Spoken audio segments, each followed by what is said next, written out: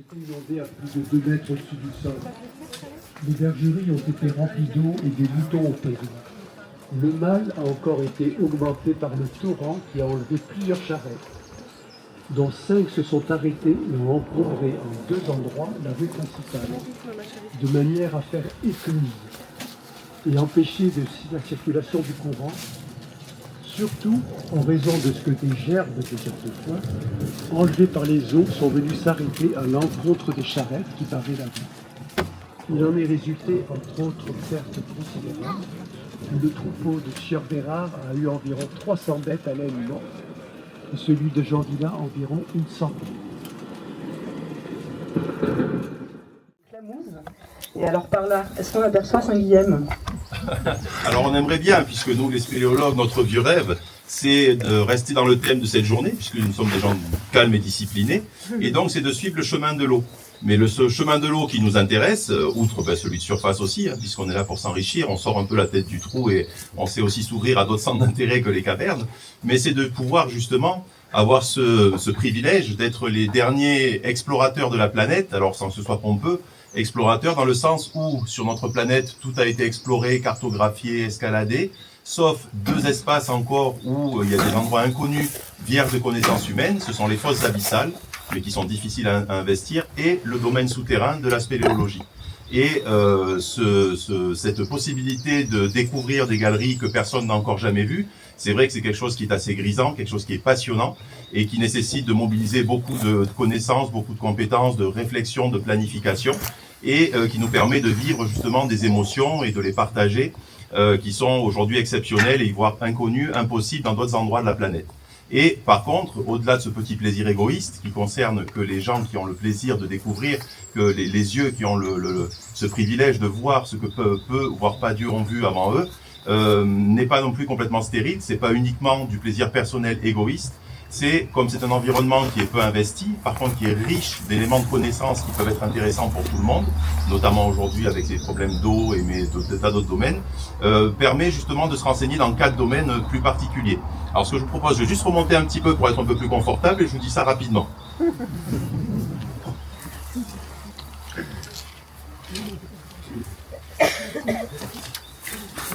Hop.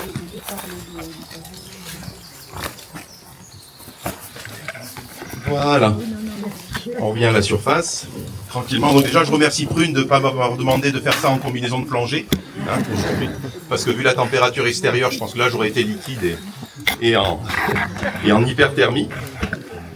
Donc, les 4 domaines intéressants pour la spéléologie, en fait, ils sont de différents ordres. Le premier, c'est tout ce qui est sciences de la Terre, c'est-à-dire que en observant ce qu'on voit dans les cavités, en levant des cartographies, en faisant des photos, des vidéos, on peut observer l'envers du décor, justement, et pouvoir faire des recoupements, valider ou invalider des théories qui concernent justement la géologie, l'hydrogéologie, etc. Toujours dans le domaine de la Terre, il y a toute l'étude des minéraux, des cristallisations, des concrétions, des fossiles qu'on peut trouver. Ça, c'est le premier domaine. Deuxième domaine, c'est tout le domaine qui a trait à la faune. Il y a différents types de faune dans les milieux souterrains. Il y a de la faune qui ne fait qu'y passer, comme nous, on en fait partie, c'est les trogloxènes.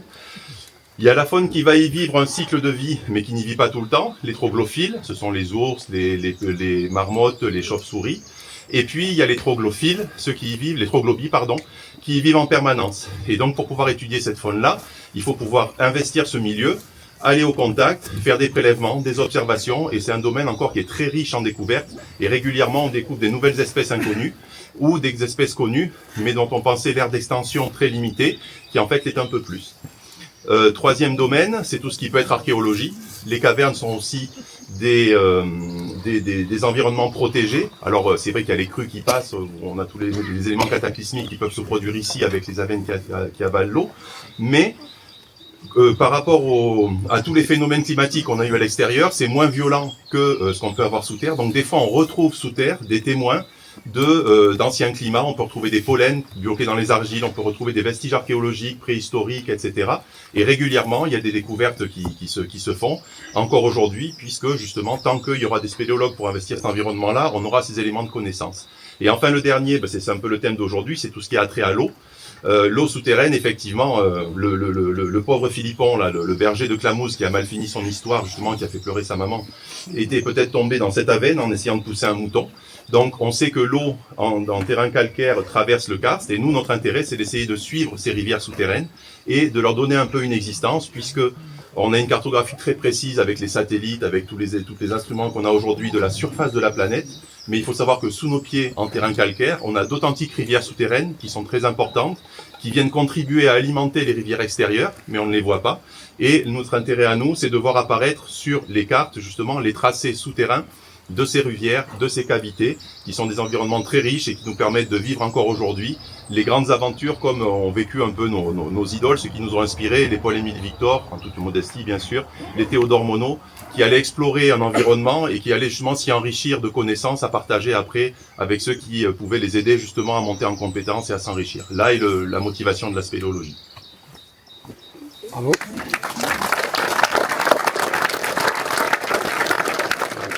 Et vous avez décidé de rendre très célèbre la vaquerie grâce à une publication scientifique qui a aussi lancé votre carrière, puisque ce projet vous a permis d'être embauché comme prof à l'université. Donc finalement, vous devez cette carrière un petit peu au chemin de l'eau. Et comme anecdote, vous racontez que vous avez bravé le col d'Arboras étudiant la voiture chargée de matériel pour arriver jusqu'ici. Et en arrivant ici, suite à une forte pluie, plus d'eau. Ah. Donc finalement, vous avez étudié les crues sans jamais en voir. C'est l'aspect un peu magicien du milieu karstique que vous allez nous expliquer. Voilà. J'utilise ce micro. Donc, bonjour tout le monde. Alors effectivement, le collègue qui m'a invité à boire l'apéro n'est autre que Marc Leblanc, puisqu'on était dans le même laboratoire, en fait, qui s'appelle Hydrosciences Montpellier. Et il était tombé, comme il a été dit, amoureux de ce village et de son environnement qui était moins sonore à l'époque.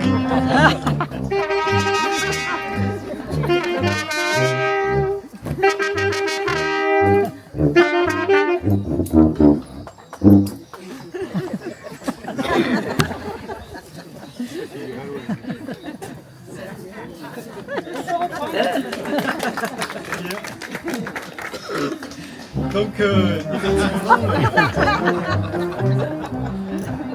Marc m'a tout de suite indiqué un des phénomènes qui a été évoqué ce matin et qui était particulièrement embêtant pour les habitants. On l'a entendu à travers les témoignages des anciens.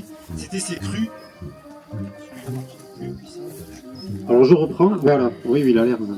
Donc Marc m'a tout de suite indiqué que la problématique des crues qui traversaient le village était quand même un gros problème, et on a décidé d'étudier ça dans un environnement donc karstique.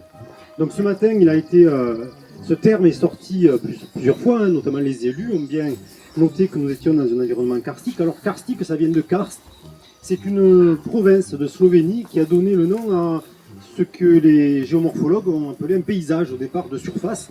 Ils ont remarqué dans ces roches calcaires, hein, des calcaires et des dolomies pour être un peu plus précis, d'autres roches, mais c'est essentiellement les roches concernées par ce type de paysage. Ils ont remarqué des formes très particulières avec des avennes, des gouffres, pour ceux qui connaissent des lapiazes, c'est des roches qui sont très usées par le passage justement de l'eau. Ils ont appelé ça des paysages karstiques. Et cette dénomination s'est étendue au paysage souterrain. Donc maintenant, on dénomme le karst surface et souterrain, puisque, en fait, comme il a été dit tout à l'heure, il y a quand même une continuité entre ce qui se passe donc en surface et souterrain. Et donc ce karst, il a la particularité, comme il a été dit, je crois tout à l'heure, mais je fais juste que reprendre un peu, il a été lié à l'érosion de la roche essentiellement par une dissolution chimique, c'est-à-dire que l'eau qui pénètre dans ces roches donc carbonatées va s'acidifier légèrement avec le CO2 notamment qui est dans les sols, et ce pH, hein, pour les plus techniques ou ceux qui ont des piscines, hein, ils me comprendront, cette acidité va faire qu'au fil des âges, ça se fait pas en une année, mais on estime qu'il faut entre 100 000 et plusieurs millions d'années évidemment, on crée des vides dans cette roche, et on érode cette roche à la fois chimiquement et d'un point de vue mécanique, elle finit par s'éroder. Et cette eau va créer des vides à l'intérieur de la roche, qui vont être plus ou moins grands. Là, on a un exemple juste là d'un vide qui est quand même assez grand, puisqu'il est pénétrable par les spéléos pour aller visiter.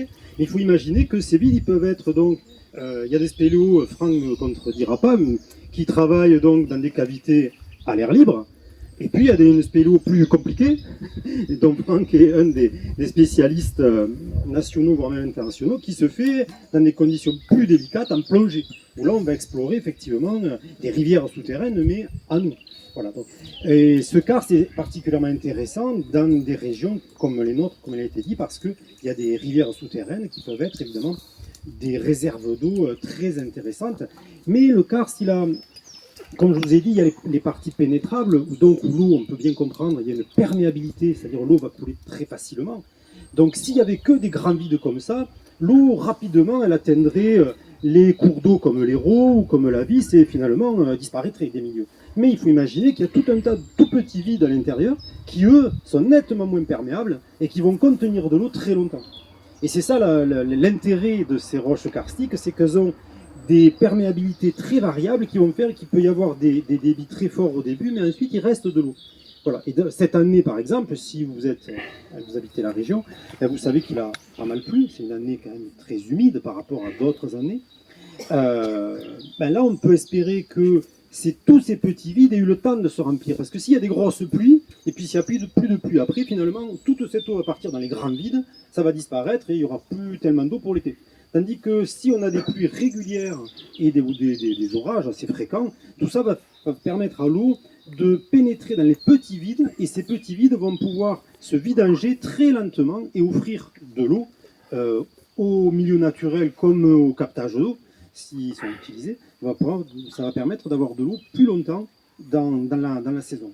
Voilà un peu le... Je ne sais pas si je dois insister. Oui, oui. Merci beaucoup.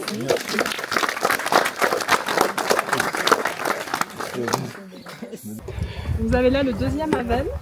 Je vais vous approcher, mais attention parce que la barrière n'est pas hyper tip-top. Donc allez-y tranquillement. Puis il y avait les cailloux tout à l'heure, là, juste là. Un caillou. Les cailloux. Ah oui, oui, le barrage de Ah, mais il est touché. T'as des bouts d'Aven comme ça. T'as une barrière, mais tu peux la franchir. Et là, il y a effectivement là-bas. Ouais, mais en fait.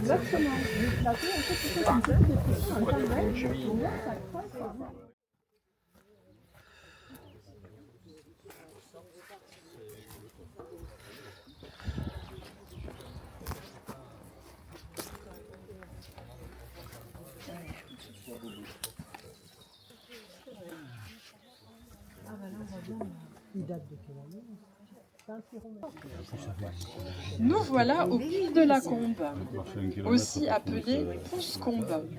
Et l'origine de ce puits, elle est connue depuis le XIIe siècle.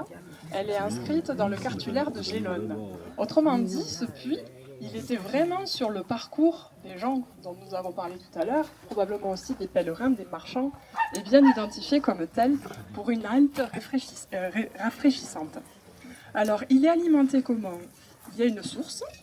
Voilà, vous verrez tout à l'heure, il y a un petit cube de béton à l'intérieur qui protège la source, point numéro 1. Point numéro 2, probablement les eaux de ruissellement aussi venaient apporter leur lot d'eau ici. Donc on appelle ça un puits-citerne. Voilà, moi j'ai pas plus à vous dire.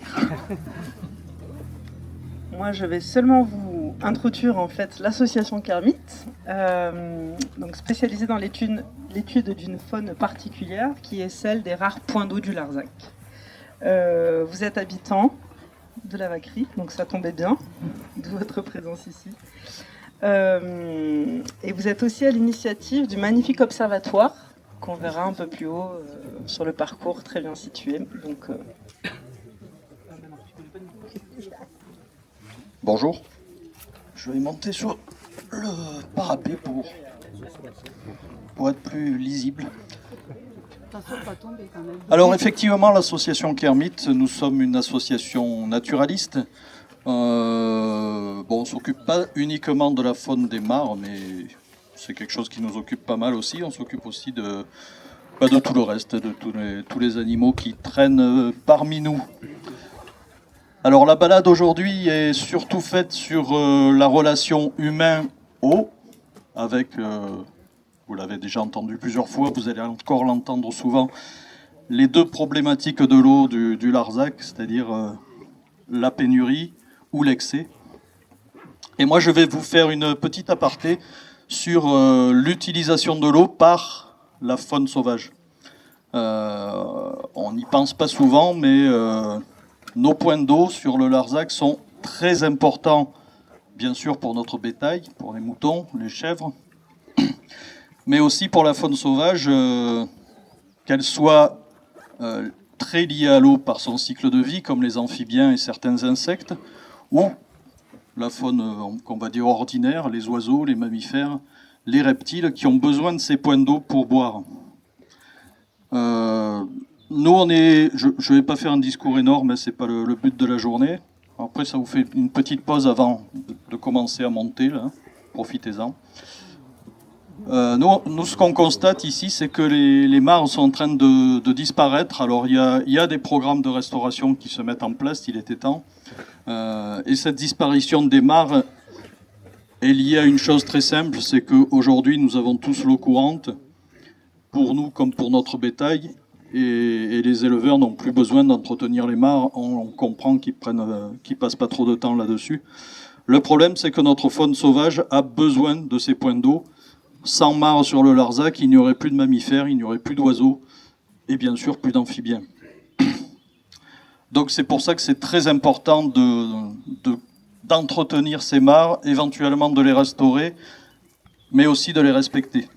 Cette mare-là était envahie par les arbres, il y avait notamment des peupliers. Le peuplier pompe énormément d'eau, donc elle séchait très très vite, et elle n'avait plus aucune utilité. Aujourd'hui, les arbres ont été coupés, vous remarquerez qu'il en reste un. C'est chez Kermit, on a insisté pour que cet arbre reste, parce qu'il n'a pas beaucoup d'incidence sur le niveau d'eau. Mais par contre, on s'est aperçu en posant des caméras automatiques qui servaient d'escalier à pas mal de bestioles. Je pense aux écureuils, aux fouines, aux génettes, qui se sentent sécurisés avec l'arbre et qui passent par là plutôt que de descendre un mur un peu difficile. Alors pour info, dans l'eau, nous avons de la reproduction d'amphibiens, notamment le triton palmé, le pélodite ponctué. Bon, si vous ne connaissez pas les noms, je vous fais confiance, vous regarderez sur Wikipédia. Maintenant, on a tous l'information à portée de main. Donc deux espèces très, très communes ici. On a aussi pas mal d'insectes dont je vais taire les noms, ça ne sert à rien. Et pendant notre petite campagne de piégeage, alors j'aime pas trop ce terme, hein, c'est des caméras automatiques, c'est pas des pièges, hein, ça piège rien. On a filmé du chevreuil, du renard, de l'écureuil, de la génette, de la fouine. Les sangliers ne sont pas descendus. Apparemment, c'est trop risqué pour eux de se retrouver enfermés. Je crois que j'oublie rien. Et on a filmé un certain Marc Leblanc aussi, qui à l'époque faisait toutes ces mesures. Donc on a bien rigolé avec Marc à l'époque sur ses apparitions. Il nous faisait coucou, c'était toujours sympa. D'ailleurs, un petit truc comme ça, quand vous découvrez une caméra automatique sur un terrain, n'allez pas la casser, n'allez pas la voler, c'est des outils de travail. Mais si vous faites un petit sourire, un petit coucou, c'est toujours agréable quand on trie les images, d'avoir un petit signe de sympathie comme ça. Qu'est-ce que je peux vous dire d'autre? Donc les mares sont très importantes, il faut les respecter, il faut faire en sorte que ça soit toujours des milieux vivants. Et une chose importante aussi, parce qu'on est souvent sollicité pour ça, éviter d'y introduire quoi que ce soit, plantes, animaux, parce qu'après c'est la catastrophe. Si vous mettez un poisson dans une mare, c'est la catastrophe le lendemain. Les poissons vont tout manger, tout détruire. Si vous avez peur des moustiques, je le comprends, surtout avec l'arrivée du moustique tigre, vous pouvez aller dans cette mare, vous ne serez pas attaqué par les moustiques.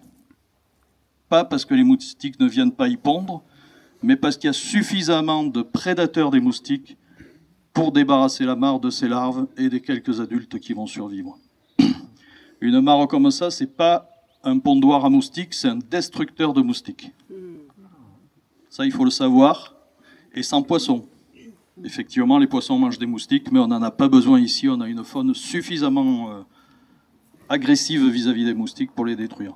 Deuxième information sur les moustiques, le fameux moustique tigre ne pond pas dans des réserves d'eau aussi grandes. Il va pondre dans un petit, même un fond de verre qu'on a oublié sur la table, ou un arrosoir, un truc comme ça. Mais il ne pondra pas dans des grandes collections d'eau parce qu'il sait qu'il y a des prédateurs, il ne le fera pas. Donc voilà, ça c'est un peu le boulot de Kermit. On essaie de vous enlever les fausses idées, de vous expliquer ce qui est vraiment la nature et non pas ce que sont les légendes autour de la nature. Je ne sais pas si j'ai encore un peu de temps ou pas. Ouais. Je vais vous raconter une histoire alors.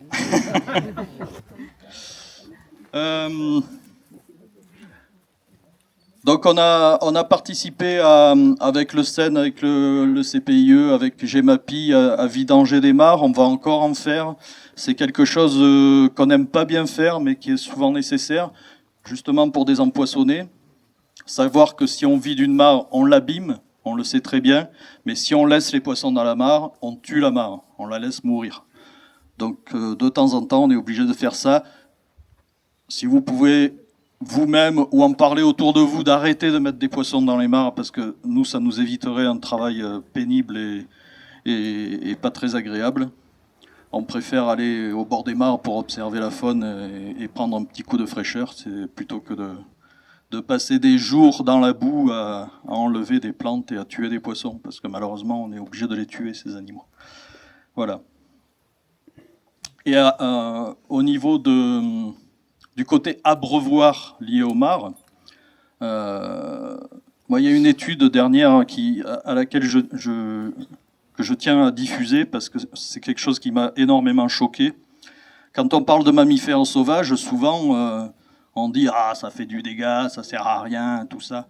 Bon, moi je pense qu'un animal n'a pas besoin d'être utile à l'homme pour exister, et même s'il fait entre guillemets des dégâts, on peut l'accepter. D'autant plus que, je reviens à cette étude, des scientifiques, il y a quelques années, ont décidé de faire une estimation du poids des mammifères terrestres. Une idée bizarre, hein. Comme tous les scientifiques, ils ont toujours des idées bizarres, mais quand on analyse après les résultats, on s'aperçoit que ce n'est pas vraiment une idée bizarre. Eh bien, ils se sont aperçus tout simplement que 80% du poids des mammifères terrestres, alors quand je parle mammifères terrestres, je parle de tous les mammifères, de la petite musaraigne à la baleine bleue. Y compris nous? Y compris nous, bien entendu, nous sommes des mammifères. Donc 80% de ce poids, c'est notre bétail. Nos vaches, nos chevaux, nos moutons, nos chèvres, etc. 80% du poids de la masse de mammifères terrestres. Ok ? Nous représentons, une seule espèce, nous représentons 15% de ce poids. Il reste 5-6% qui se...